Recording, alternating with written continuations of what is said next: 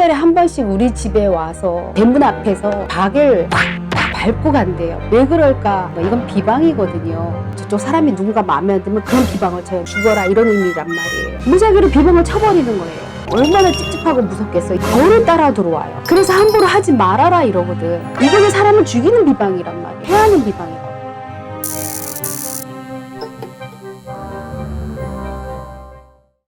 선생님 안녕하세요. 네, 안녕하세요.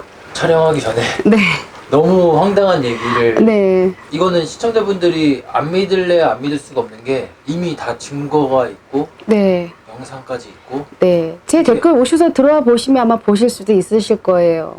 저 댓글만 보면 사실 못 믿었는데 네. 영상을 보고 소름이 돋아가 무서웠어요. 그래요. 근데 당하시는 사람들 마음은 어떠겠어요? 정말 무섭고 도대체 뭐가 잘못된 건가, 누구일까 이런 마음이 들겠죠.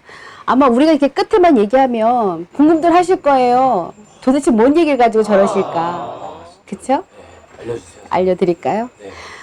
네. 댓글을 달아주신 어떤 이제 구독자분이 계세요. 근데 그분 같은 경우에 어떤 사연이냐면 누군가가 한 달에 한 번씩 우리 집에 와서 대문 앞에서 박을 밟고 간대요. 팍 밟고 간다는 거. 이건 비방이거든요. 근데 그러다 보니까 무섭고 도대체 누군지는 모르겠고, 물론 CCTV를 촬영한 동영상도 있어요.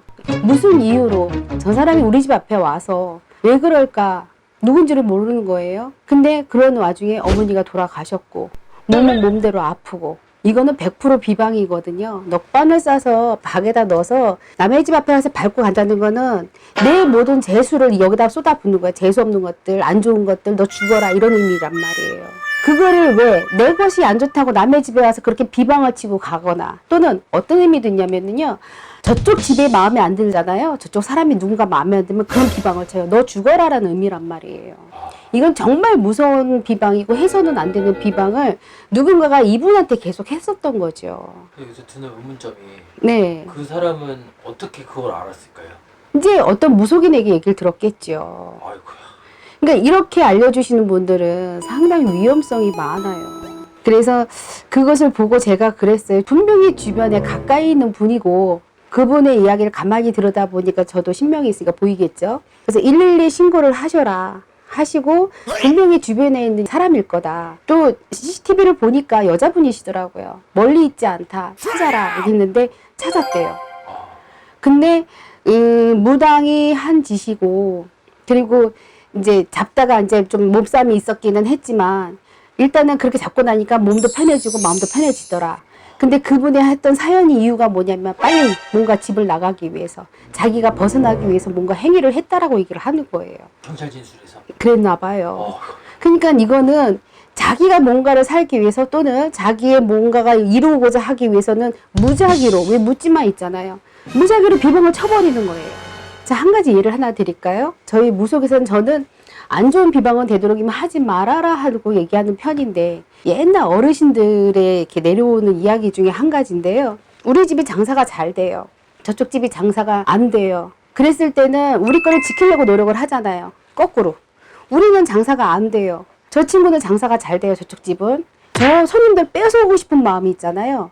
뺏어오는 방법이 있어요.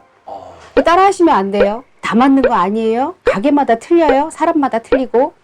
예를 들면 두부, 생두부 있잖아요. 생두부를 가지고 그 장사 잘 되는 집의 문 앞에다가 탁 던지잖아요. 막혀버려요. 이게 비방이거든. 근데 제가 생각했던 두 번째 의문점은, 네. 남을 해하는 거잖아요. 그렇죠. 거울을 따라 들어와요.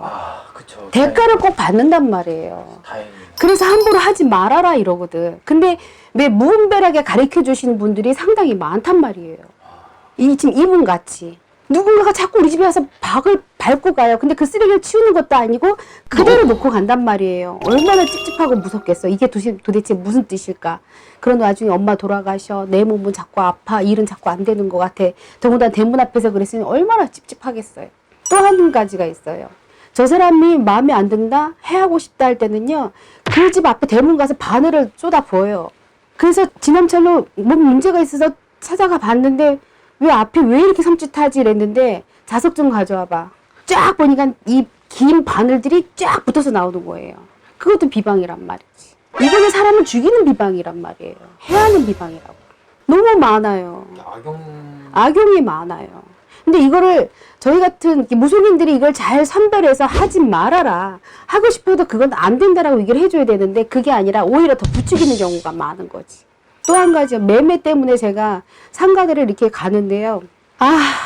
너무 화가 났던 게 뭐냐면 매매를 해준다고 해놓고서 이 구석구석에다 바늘을 찔러놨더라고요. 모르겠어요. 그것도 한 가지의 방법이라고 말씀을 하시는데 바늘은 어찌 보면 사람을 해하는 쪽에 더 가까워요. 그래서 여기는 막말로 죽어나가든가 완전히 바닥을 쳐서 나가든가 이런 의미인 거지 매매가 되는 의미는 사실은 아니거든요. 그러니까 그런 부분들이 많아서 정말 비방은 잘해야지 되는 거예요. 무턱대고 한다고 해서 다 되는 게 아니란 말이지.